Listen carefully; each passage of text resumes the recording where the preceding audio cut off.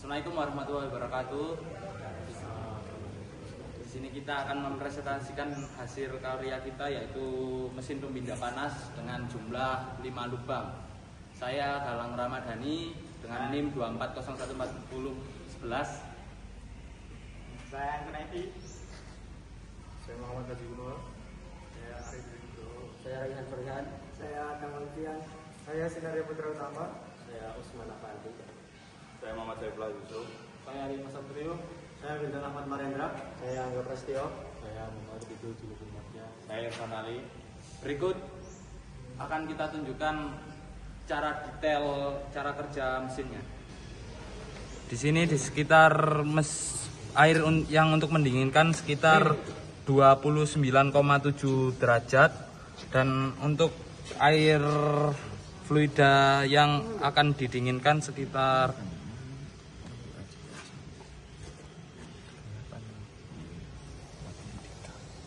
45 derajat lebih. Di sini kita akan memasukkan fluida panasnya ke dalam katup. Kita akan memasukkan fluida panasnya yang berkisar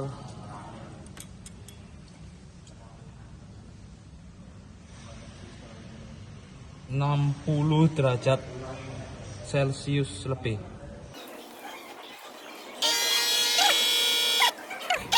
Di sini kita akan merunning mesinnya untuk mendinginkan fluida yang dipanaskan.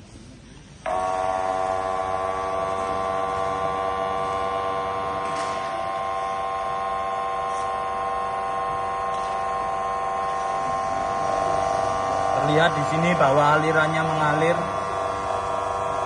fluida panas mengalir ke ujung sini dan fluida dingin mengalir ke ujung sini.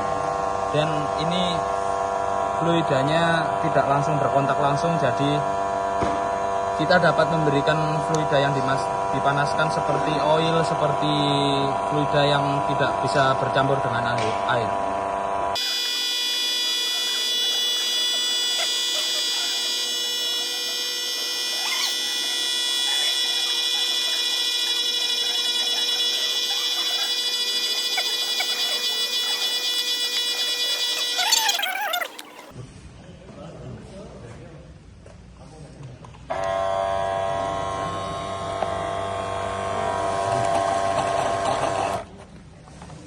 Kita cek suhunya yang berasal dari 60 derajat lebih, sekarang sama aja.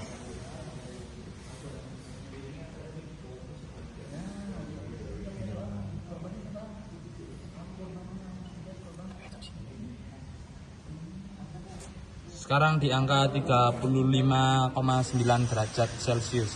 Jadi mesin ini berhasil untuk mendinginkan fluida panas. Nah, itu adalah video proses heat exchanger kita dalam mendinginkan fluida. Sekarang kita akan menjawab pertanyaan dari dosen. Dimulai dari Mas Irfan. Saya akan menjawab pertanyaan nomor 1, yaitu pada exchanger proyek kami melalui 3 mekanisme: konduksi, konveksi, dan radiasi.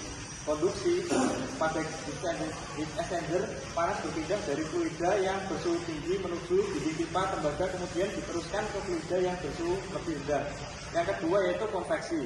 Konveksi pada heat exchanger yaitu air panas yang mengalir di dalam pipa melepaskan panas ke dinding pipa, sedangkan air dingin di sisi lainnya menyerap panas dari dinding pipa.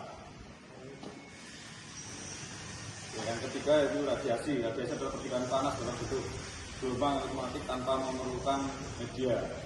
Pada kita saja radiasi tetap terjadi dari permukaan pipa ke lingkungan sekitar, namun jumlah panas yang dipindah melalui radiasi relatif kecil dibandingkan konduksi dan konveksi. Jelaskan alasan penggunaan pipa tembaga dan pipa PVC pada exchanger.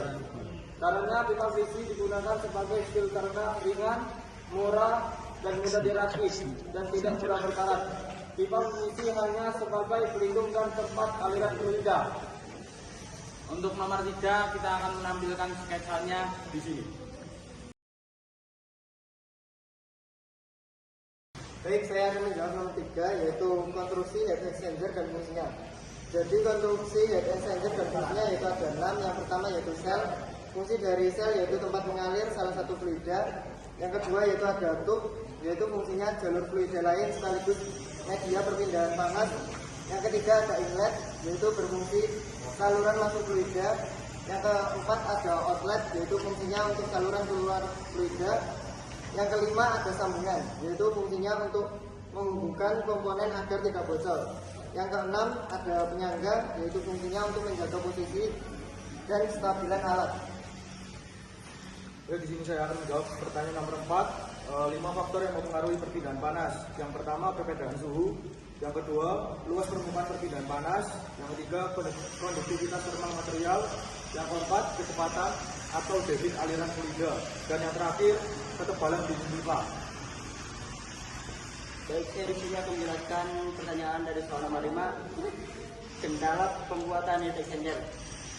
Kendalanya yaitu kebocoran sambungan, lalu ketidakpresisian pipa, dan solusinya yaitu perbaiki penyambungan menggunakan sealer, lakukan uji kepusaran dan rapikan pemasangan. Saya akan menjelaskan soal nomor 6, penyebab pendingin kurang maksimal. Debit aliran terlalu kecil, luas permukaan perpindahan, panas kurang, material mengantar panas kurang baik, terjadi kebocoran, susunan pipa kurang efektif, sehingga kontak panas berkurang. Saya akan menjawab soal nomor 7, prosedur pengujian heat exchanger. 1. Periksa kondisi alat dan kebocoran. Yang kedua, jelaskan aliran fluida. Yang ketiga, ukur suhu inlet dan outlet. Yang ketiga, yang keempat, ukur debit aliran. Yang kelima, hitung efektivitas perpindahan panas.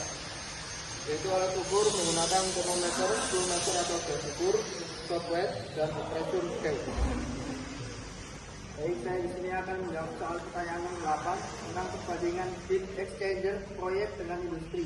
Heat exchanger proyek lebih sederhana, biaya murah, kapasitas kecil, cocok untuk praktikum. Sedangkan flat heat exchanger efisiensi tinggi, kompak, mudah dibersihkan. Sedangkan cell and tube kapasitas besar, kuat untuk tekanan dan suhu tinggi, banyak digunakan di industri. Selanjutnya saya akan menjawab pertanyaan nomor 9, yaitu 3 aplikasi untuk exchanger di ranah industri. Yang pertama itu untuk sistem pendingin mesin untuk menurunkan suhu mesin. Terus yang kedua pada industri makanan atau minuman yang berfungsi untuk mendinginkan atau memanaskan produk. Yang ketiga pada industri kimia dan semen untuk mendinginkan oli, air proses atau gas agar baunya tidak berkurang. Selanjutnya saya akan menjawab pertanyaan nomor 10, yaitu evaluasi desain. Yang pertama, desain sederhana dan mudah dibuat. Kedua, biaya rendah. Ketiga, mudah diisi. Yang terakhir, namun efisiensi pendingin masih terbatas. Kemudian untuk usulan modifikasinya, 1. Menambah panjang atau jumlah pipa. 2. Menggunakan aliran konstruktur. 3. Menggunakan material dengan konduktivitas lebih tinggi. 4. Menambah tirit untuk memperbesar luas perpindahan panas. 5. Mengurangi kebocoran dan meningkatkan kecepatan sambungan. Sekian dari kelompok kami. Terima kasih. Assalamualaikum warahmatullahi wabarakatuh.